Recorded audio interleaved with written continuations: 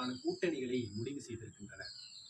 தங்களுக்கான கூட்டணியை மட்டும் முடிவு செய்யாமல் தங்களுக்கு தொகுதி பங்கீட்டுகையும் ஆரம்பித்திருக்கின்றன. திராவிட முன்னேற்ற கழகமா இருக்கட்டும், அனைத்து இந்திய அண்ணா திராவிட முன்னேற்ற கழகம் இருக்கட்டும், தாவேகாவா இருக்கட்டும், நாம் தமிழர் கட்சி தனித்து போட்டியிடுகிறது. அதே போல ஒவ்வொரு தேர்தலிலும் போன வாட்டி நடைபெற்ற தேர்தலில் திராவிட முன்னேற்ற கழகம் 180க்கும் மேற்பட்ட தொகுதிகளில் வெற்றி பெற்று அதிகாரத்தை பிடித்தது. அதே போலவே அதே கூட்டணியை சேர்த்து இன்னும் ஒரு 4 கட்சிகளை இணைத்து தேர்தலை சந்திக்கின்றது. அதிமுக எப்படி பார்த்தோம்னா தேசிய ஜனநாயக கூட்டணி NDA கூட்டணி என்கிற பாரதிய ஜனதா கட்சியோடும் அணியோடும் இணைந்திருக்கின்றன. அதே போல தமிழக வெற்றி கழகம் கூட்டணி எதிர்பார்த்த நிலையில் யாரும் வராததால் தனித்து விடப்பட்டிருக்கின்றன. நாம் தமிழர் கட்சி ஒவ்வொரு தேர்தலையும் தனித்து ஓட்டு பெற்று தனித்து நின்று தனக்கான வாக்கு வங்கியை இங்கு நிரூபித்துக் கொண்டிருக்கின்றன. அதே போல தமிழ் தேசிய கட்சியான நாம் தமிழர் கட்சி ஓட்டுக்கு காசு கொடுக்காமல், ஓட்டர் கோழி பிரியாணி கொடுக்காமல் தமிழ் தேசிய கொள்கைகளை இங்கே விதைத்து இங்க வாக்கு வங்கியை பெற்று 8.2 வாக்கு விழுக்காடை பெற்றிருக்கின்றன. திமுக கூட்டணி 40க்கும் மேற்பட்ட வாக்கு வங்கிகளையும் வைத்திருக்கின்றது. அதே போல பார்க்கும்போது திமுக 2021 ஆட்சிக்கு வரும்போது பல வாக்குறுதிகள் 500க்கும் மேற்பட்ட வாக்குறுதிகளை தந்தது. அந்த 500க்கும் மேற்பட்ட வாக்குறுதிகளில் திமுக நாங்கள் இப்போது 4.5 வருடம் ஆயும் 90% நிறைவேற்றி விட்டோம், 95 விழுக்காடு நிறைவேற்றி விட்டோம், 90 விழுக்காடு நிறைவேற்றி விட்டோம், 97 விழுக்காடு நிறைவேற்றி விட்டோம், அதே வேளை இன்னும் கொஞ்சம் போய் 75 விழுக்காடு நாங்கள் நிறைவேற்றி விட்டோம் என்று தேர்தல் நேரத்தில் அறிவித்த திட்டங்கள் 190% மேல் நிறைவேற்றி காட்டியிருக்கிறோம். இன்னும் மிச்சம் இருக்கக்கூடிய திட்டங்கள் என்ன கேட்கலாம். இதில் நிறைவேற்றப்பட்ட திட்டங்கள், அறிவித்த திட்டங்கள் பல, அறிவிக்காத தேர்தல் நேரத்தில் சொல்லாத திட்டங்களும் நிறைவேற்றிட்டோம்னா அதிகமா தான் போவோம். இது என்னடா கம்மியா போகுதுன்னு பார்த்தா திமுகவோட தேர்தல் அறிக்கையை எடுத்து பாருங்க. எல்லா மக்களும் எடுத்து பாருங்க. திமுகவுடைய தேர்தல் அறிக்கையில 524 வாக்குறுதிகளை நம்ம கொடுத்திருந்தாங்க. அந்த 524 வாக்குறுதிகளை ஒன்ன கூட நிறைவேற்றிச்சான்னு தெரியல. ஒரு 50 நிறைவேற்றிருக்காங்கன்னு சொல்லலாம். அதை தவிர ஒரு 400க்கும் மேற்பட்ட வாக்குறுதிகளை திமுக ஏமாற்றிருக்கின்றது. மக்களுக்கான நலத்திட்டங்கள் என்று சொல்லி 1000 ரூபாய் திட்டத்திலிருந்து, மாணவர்களுக்கான 1000 ரூபாய் திட்டத்திலிருந்து, பெண்களுக்கான 1000 ரூபாய் திட்டத்திலிருந்து இதை மட்டுமே நிறைவேற்றிருக்கின்ற வாக்கு வங்கியாக இருக்கின்ற இவர்களின் பணத்தை மட்டும் நிறைவேற்றிருக்கின்ற திமுக அரசு சொல்லாததையும் நாங்கள் நிறைவேற்றுவோம் என்று சொன்னதை முதலில் நிறைவேற்றுங்கள். சொன்னதையே நீங்கள் நிறைவேற்றவில்லை. அதே போல நாம் இங்கு இந்த காணொலியை நாம் முக்கியமாக என்ன பார்க்க வேண்டும் என்றால் இஸ்லாமியர்களுடைய இடஒதுக்கீடு. திமுக தன் தேர்தல் அறிக்கையில் இல்லாமல் கடந்த முறை ஸ்டாலின் அவர்கள் ஒரு மாநாட்டில், இந்திய யூனியன் முஸ்லீம் லீக் மாநாட்டில் 3% உள்ள இஸ்லாமியர்களுக்கான இடஒதுக்கீட்டை நாங்கள் 5% உயர்த்துவோம், 5 விழுக்காடாக அதிகரிப்போம். 5 விழுக்காடாக அதிகரிப்பதோடு இஸ்லாமிய சிறைவாசிகள், நீண்ட காலமாக 10 ஆண்டுகளுக்கு மேலே இஸ்லாமிய சிறைவாசிகளை நாங்கள் விடுதலை செய்வோம் அப்படி என்று திமுக வாக்குறுதி கொடுத்துச்சு. தேர்தல் வாக்குறுதியாவே கொடுத்துச்சு. அதேபோல் இடஒதுக்கீடு 5% அதையும் உயர்த்தி தரணும். ஏற்கனவே 3.5% இடஒதுக்கீடு, அதையும் உயர்த்தி வழங்கிட வேண்டும் என்ற தீர்மானம். சிறையில் வாழக்கூடிய அப்பாவி முஸ்லிம்களை விடுதலை செய்திட வேண்டும் என்கிற தீர்மானம். ஆக இந்த தீர்மானங்கள் எல்லாம் செயல்படுவதற்கு வந்துட வேண்டும் என்று சொன்னால் தமிழ்நாட்டில ஒரு நல்ல மாற்றத்தை உருவாக்கி தருவதற்கு நீங்கள் தயாராக. ஆனா இதை நம்பி அப்பாவி இஸ்லாமிய சிறைவாசிகளை விடுதலை செய்யவாவது எனக்கு வாக்கு தாருங்கள் என்று ஐயா ஸ்டாலின் அவர்கள் ஒவ்வொரு மேடைகளிலும், இஸ்லாமிய தெருக்களிலும், இஸ்லாமிய மேடை பேச்சுகளிலும் எல்லோற்றிலும் பேசினார், எதிர்கட்சி தலைவராக இருக்கும் போது. ஆனா இப்ப ஆளுங்கட்சி முதலமைச்சராக இருக்கும்போது ஐயா ஸ்டாலின் அவர்கள் வாய் திறக்கவே இல்லை. இஸ்லாமிய சிறைவாசிகளை ஏன் விடுதலை செய்யவில்லை இந்த அரசு? இஸ்லாமிய சிறைவாசிகளை விடுதலை செய்ய நீதிமன்றத்தில் வழக்கு போட்டபோது தமிழ்நாடு அரசு எதிர்த்து வாதிடுது. இவர்களை விடுதலை செய்தால், இவர்களை இஸ்லாமிய சிறைவாசிகளை விடுதலை செய்தால் இங்கு உள்ள இந்து தலைவர்களுக்கு, பெரும்பான்மை உள்ள இந்து மக்களுக்கு ஆபத்தாக முடிந்துவிடும் என்று, அவர்கள் இதே மனநிலையுடன் சிறையில் உள்ளார்கள் என்று நீதிமன்றத்தில் வழக்கு போட்டு இது பண்ணுது. அதே போல இஸ்லாமியர்களுக்கு ஏன் சிறைவாசிகளை இன்னும் விடுதலை செய்யவில்லை? மீண்டும் மீண்டும் இந்த வாட்டி 2026 தேர்தலையும் பாருங்க, திமுக மீண்டும் மீண்டும் இஸ்லாமிய சிறைவாசிகளை நாங்கள் விடுதலை செய்வோம் என்று மீண்டும் வாக்கு கேட்பாங்க. இதை கேட்க யாருமே இல்லையான்னு கேட்டா இஸ்லாமிய தலைவர்கள் எண்ணற்ற இயக்கங்கள் இருக்கு. தமிழ்நாட்டில் 100க்கும் மேற்பட்ட இஸ்லாமிய இயக்கங்கள் இருக்கு. இத்தனை இயக்கங்கள் இருந்தும் முன்னணி இயக்கமா இருக்கின்ற சிறுபான்மை அணியின் பிரிவா இருக்கின்ற, ஏன் சிறுபான்மை அணியின் பிரிவா இருக்குன்னு நான் சொல்றேன்னா, திமுகவின் சிறுபான்மை பிரிவாக இந்திய யூனியன் முஸ்லீம் லீக் அடிமை சின்னமாக இன்னைக்கு வெளியேறிவிடுது. தனி சின்னம் ஏணி பெற்றிருந்தாலும், ராமநாதபுரத்தில் எம்பியாக இருந்தாலும் ஒரு வாய் கூட திறக்கல. இஸ்லாமிய சிறைவாசிகளுக்காக இன்னைக்கு ஒரு வாய் கூட கொடுக்கல. கேட்க வேண்டிய இடத்தில் இருக்கின்ற அந்த கட்சிகள் ஏன் கேட்க மறுக்கின்றது? கேவலம் சீட்டுக்காகவும் நோட்டுக்காகவும் இன்னைக்கு அடிபடுகின்றது. அதே போல பார்க்கும்போது சமுதாய தலைவர் என்று அறியப்படுகின்ற ஐயா ஜவாஹிருல்லா, யாரும் தெரியும், மனிதநேய மக்கள் கட்சியின் தலைவர். இவர் தமாமுகவே மாநில நிர்வாகியாக இருந்தவர். இவர் சமுதாயத்தை வழிநடத்த வருகிறார். ஒரு சமுதாயத்தை வழிநடத்துகிற ஐயா ஜவாஹிருல்லா அவர்களுக்கு தெரியாதா இஸ்லாமிய சிறைவாசிகளை இன்னும் விடுதலை செய்யவில்லை, இஸ்லாமிய இடஒதுக்கீட்டை ஐயா ஸ்டாலின் அவர்கள் அதிகரிக்கவில்லை என்று இன்னும் தெரியாதா?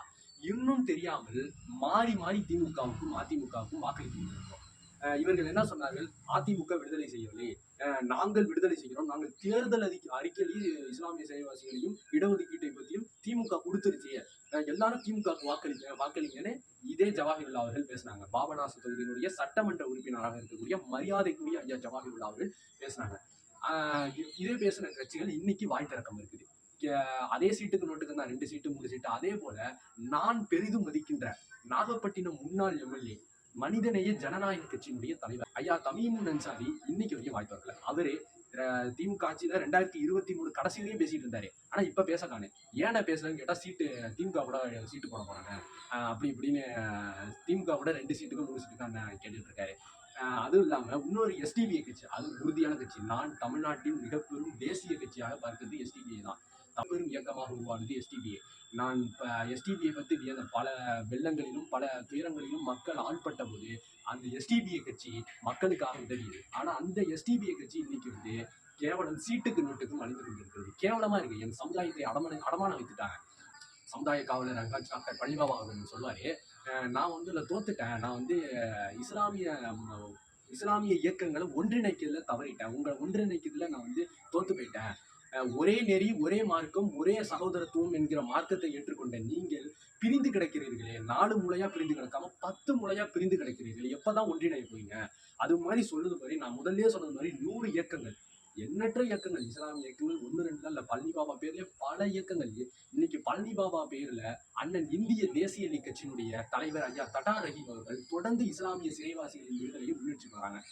ஐயா முன்ன வச்சுட்டு வர்றது, இஸ்லாமிய சிறைவாசிகள் விடுதலையை நீங்க விடுதலை செய்யுங்க, இல்லாட்டி நாங்க திமுகவுக்கு எதிராக அணித்திரணும் என்று ஒவ்வொரு தேர்தலிலும் ஐயா தடா ரஹீம் அவர்கள் முன் வச்சுட்டு வராங்க. அதே போல தமிழக மக்கள் ஜனநாயக கட்சியினுடைய தலைவர் ஐயா KM ஷரீப் அவர்கள் முன் வச்சுட்டு வராங்க இஸ்லாமிய சிறைவாசி. ஆனா முன்னணி தலைவர்களாக இருக்கின்ற ஐயா பேராசிரியரா இருக்கட்டும், ஐயா தமீமுன் அன்சாரியா இருக்கட்டும், ஐயா பேராசிரியர் காதர் மொய்யீனா இருக்கட்டும், இவர்கள் யாரும் வாய் திறக்க மாட்டாங்க. ஐயா எஸ்டிபிஐ கட்சியினுடைய தலைவர் ஐயா நெல்லை முபாரக் வாய் திறப்பாருன்னு பார்த்தா இப்ப வாய் திறக்கல. முன்னாடி வாய் திறந்தீங்க, அதை பாராட்டுறேன். ஆனா நீங்க தேர்தல்னு வந்துட்டா சீட்டுக்கும் நோட்டுக்கும் அடிபணிந்து விடுவீர்கள்.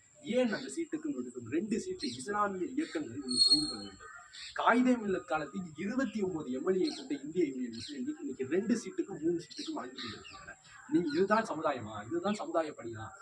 நீங்கள் சீட்டுக்கும் நோட்டுக்கும் அடிபணியாதீர்கள். நீங்கள் ஒரு ஃபார்ம் பண்ணி தனியா நின்னீங்க. இஸ்லாமிய சிறைவாசிகளை விடுதலை செய்யாத திமுகவையும் அதிமுகவையும் எதிர்த்து இஸ்லாமிய இயக்கங்கள் ஒன்றிணைந்து நாங்கள் தனித்து போட்டியிடுகிறோம். எஸ்டிபிஐ, தமாமுக, அதேமுக, மாஜக, தௌஹீத் ஜமாத் எல்லோரும் போட்டியிடுகிறோம். எல்லோரும் தனித்து ஒரு ஃபார்ம் பண்ணி நாங்கள் நின்று போட்டியிடுகிறோம் என்று போட்டியிடுகிறோம். எல்லா இயக்கங்களும் உங்களுக்கு ஆதரவா நிற்பாங்க. ஆனா நீங்க இன்னைக்கு வரையும் சீட்டுக்கும் நோட்டுக்கும் திமுகவிடமும் அதிமுகவிடமும் போய் நிற்பதால் தான் உங்கள் சமுதாயத்திற்கான உரிமைகள் இங்கே மறுக்கப்படுகின்றன. அதை தெளிவாக அவர்கள் புரிவார்கள். அவர்களுக்கு புரிந்தும் கூட அந்த 2 சீட்டுக்கும் அந்த எம்எல்ஏ பதவிக்கும் ஆசைப்படுகிறார் என்பது ரொம்ப வருத்தமா இருக்கு. இந்த செய்தி வாயிலாக நான் தெரிவிச்சுக்கிறேன். என்னன்னா முக்கியமா இஸ்லாமியர்களுக்கான இடஒதுக்கீட்டை 3.5 இன்னைக்கு கலைஞர் தான் கொடுத்தாருன்னு பல பேர் இன்னைக்கு வாய்ச்சவடான்னு இஸ்லாமிய தலைவர்கள் பேசிக் கொண்டிருக்காங்க. இந்த 3.5 என்னைக்காவது அறிவிச்சிருக்கீங்களா? 3.5 தான் இஸ்லாமியர்கள் தமிழ்நாட்டில் இருக்காங்களா? தமிழ்நாட்டின் 12 விழுக்காடு இருக்கும். வேறுபட்டிருந்தாலும் ஆனால் ஒரே சகோதரத்துவமாக வாழ்கின்ற பல்வேறு உருது முஸ்லிம்கள் இங்கே இருக்கிறார்கள். அவர்களுக்கான இடஒதுக்கீடு இங்கே பாதிக்கின்றது 3.5. ஆனா நீங்க வெறும் 3.5 கொடுத்துட்டு தமிழ் முஸ்லீமும் இதுல வருவானா, உருது முஸ்லீமும் இதுல வருவானா, கன்னட முஸ்லீமும் இதுல வருவானா, மலையாள முஸ்லீமும் இதுல வருவானா, தமிழ்நாட்டுக்குள்ள இருக்கிற முஸ்லீமும் சொல்றாரு அவரு இதுல வருவாங்கன்னா அப்படின்னு நீங்க சொல்றீங்க. ஆனா இஸ்லாமியர்களுக்கான இடஒதுக்கீட்டை 7% நீங்க என்னைக்காவது உயர்த்திருக்கீங்களா? 7% வேண்டும் என்று தொடர்ச்சியாக தௌஹீத் ஜமாத் இன்னைக்கு போராடி கொண்டிருக்கிறது. தேசிய தௌஹீத் ஜமாத் இருக்கட்டும், தமிழ்நாடு தௌஹீத் ஜமாத் இருக்கட்டும், தொடர்ந்து போராடி கொண்டிருக்கிறது. அவர்களுக்கு ராயல் சல்யூட். எப்படி சொல்றேன்னா, தௌஹீத் ஜமாத் தொடர்ந்து இந்த சீட்டுக்கும் நோட்டுக்கும் அடிபணியாமல் தொடர்ந்து இஸ்லாமியர்களின் உரிமை குரலாக இன்னைக்கு உழைத்து வருகிறது. அப்படி உழைத்து வர தௌஹீத் ஜமாத்துக்கு நீங்க ஆதரவு கொடுக்குறீங்க. ஏன் நீங்க சீட்டுக்கு நோட்டுக்கு அடிபடுறீங்க? அப்படி பார்க்கும்போது இந்த இஸ்லாமியர்களுக்கான உரிமை, இங்க சலுகை தான் கிடைக்கிறது, இஸ்லாமியர்களுக்கான உரிமை கிடைக்கல. நாங்க வந்து உலமாக்களுக்கு 6000 ரூபாய் தருவோம், நாங்க ஹஜ்ஜி பயணத்துக்கு வந்து 80,000 ரூபாய் நாங்க மானியம் தரோம். அதே போல இந்த மாதிரி ஒரு சலுகைகள் மூலம் நம்மளை மடைமாத்தி வைத்திருக்கிறார்கள். யாரும் உங்களுக்கு சலுகை இல்லை. ஹஜ்ஜி பயணத்துக்கு ஒரு 3 லட்ச ரூபா 4 லட்ச ரூபா செலவு பண்ணிட்டு போறவங்களுக்கு ஒரு 50 லட்ச ரூபா கொடுத்து செலவு பண்ண தெரியாதா? ஒரு ரூம் எடுத்து தங்க தெரியாதா? நீங்க கொடுத்துதான் தங்கணுமா? அவ்வளவு கேவலமா போயிட்டோமா இஸ்லாமிய மக்கள்? அதே போல வந்து உலமாக்களுக்கு 6000 ரூபாய், உலமாக்களுக்கு காசு தேவைத்தான், நான் இல்லைன்னு சொல்லல, இதை வரவேற்கிறேன். ஆனா வந்து இஸ்லாமியர்களின் உரிமை குரலாக விளங்குவது சிறைவாசிகளின் விடுதலையும் இஸ்லாமியர்களின் இடஒதுக்கீடும் தான் விளங்குகிறது. ஆனா இந்த ரெண்டுத்தையும் திமுக அரசு இங்க மறுத்து வருது. இத மிக பெரும் கொடுமையா இருக்கு. ஒரு ஈஸியா கடந்துட்டு செல்ல முடியல.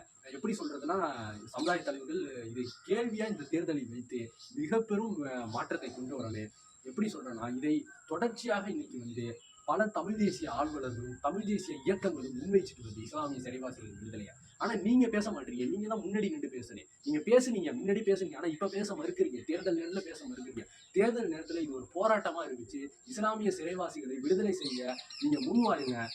திமுக என்னைக்குமே இஸ்லாமிய சிறைவாசிகளுக்கு நிக்காது, ஆதரவா நிக்கல, இதுவரையும் நிக்கல. இப்ப இன்னுமே நின்றுவாங்களா அப்படின்னு கேட்டா நிக்கல. நீங்க வந்து ஒரு முன்னெடுப்பை வாங்க. நீங்க ஒரு தனி அணி அமைத்து நீங்க இஸ்லாமிய சிறைவாசிகளை விடுதலை செய்ய என்கிற ஒரு மாபெரும் அணியை நீங்க உருவாக்குங்க. உங்கள் பின்னால் சமுதாயம் நிற்கும். உறவுகள் அனைவருக்கும் நன்றி.